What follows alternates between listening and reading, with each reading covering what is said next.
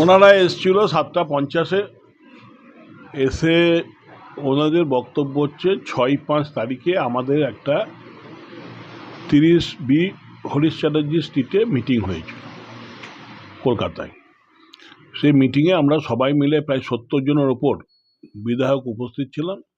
সেখানে আমরা শোভনদেব চ্যাটার্জিকে বিরোধী নেতা নির্বাচিত করেছিলাম।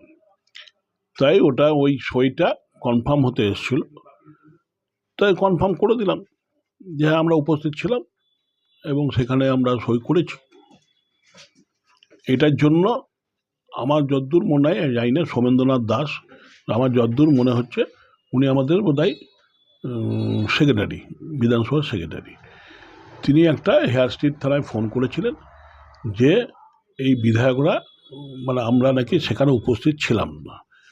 সেই কেসের ভিত্তিতে সিআইডি তদন্ত করছে যে আমরা যারা সই করেছি তারা সবাই উপস্থিত হয়েছি কি না।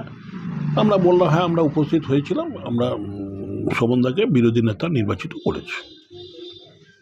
দাদা, কোথাও কি মনে হচ্ছে যে নতুন দল আসার পর থেকে কি এরকমটা হ্যারাসমেন্ট হচ্ছে? না, আমি এটা বলেছি, সিআইডিকে বলেছি যে সোমেন্দ্রনাথ দাস উনি হচ্ছেন সেক্রেটারি, তিনি বিধানসভা পরিচালনা করেন। তো তিনি তো আমাদের বিধায়কদের ডাকলেই পারতেন, যে এরকমভাবে কেস করে মানুষকে হ্যারাস করা না করে ডাকলেই তো পারতেন যে আমরা বিরোধী নেতা হিসেবে শোভনদাকে চাইছি কিনা।